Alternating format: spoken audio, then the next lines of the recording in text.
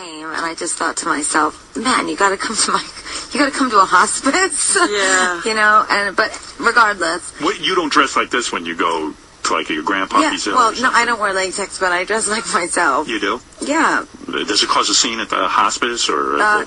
No, it was actually really cute. There were all these, like, you know, older people there in their wheelchairs playing bingo, and I went in to say hi, and I think I sang a little bad romance for them, and they got excited. It was cute, but... Your grandpa didn't call you Gaga, did he? Yeah, well, my grandpa always just called me baby. He did? You know, my grandma calls me Tsuka, and... what does your grandma call you? Tsuka, Zuccarella, means sugar in Italian. All right, Zuccarella. And anyway, so my grandpa was dying, and my grandma was there, and I was really, really, you know, heartbroken because, you know, my parents are still married, and my mother and my mother's parents are still married, and my father's parents are still married, and my grandma and grandpa had been married for 60 years.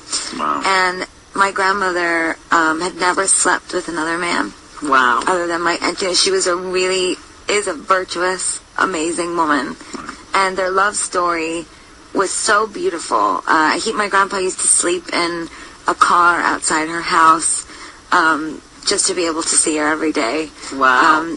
So anyway, so when my grandma was saying goodbye, you know, there was something so intense that happened for me that I saw that, you know, as sad as the moment was, I felt like they both were acknowledging that they had really won in life. Wow. Because they had each other.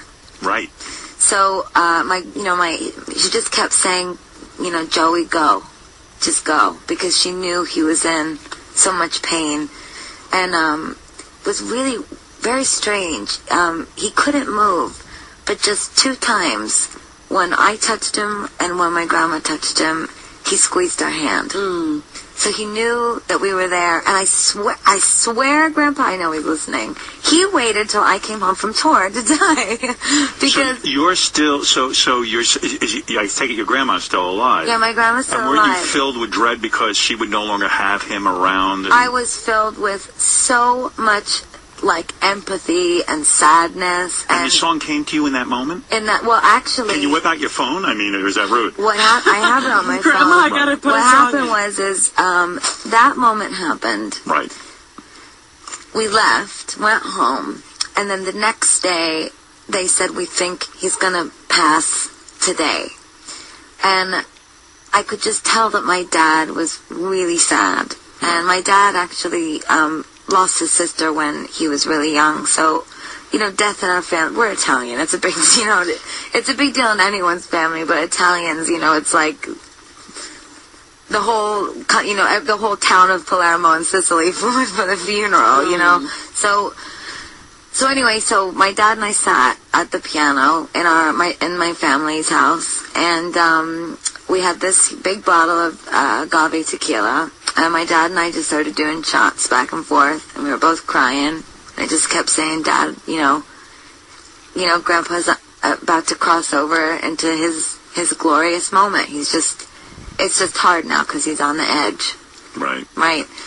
And I just started to play piano, and my dad started crying, and... You mean it just came out of you, It just came right out, and I just started playing, and... You got to play that song now. Yeah, this is beautiful. Yeah, I just remember my dad said that's exactly what it is. And in a way, even though my dad's never like written any lyrics or written any melodies, there were a lot of times when I'd be playing and he would just be like, "That's it, kid, that's it." And there was something about that moment with my dad where he just, for me to be able to express what my father was feeling without him being able to express it, I think it was really special. So then we went back to the hospice, and I had recorded it on my phone, and I played it for my grandpa on the phone. What did he do?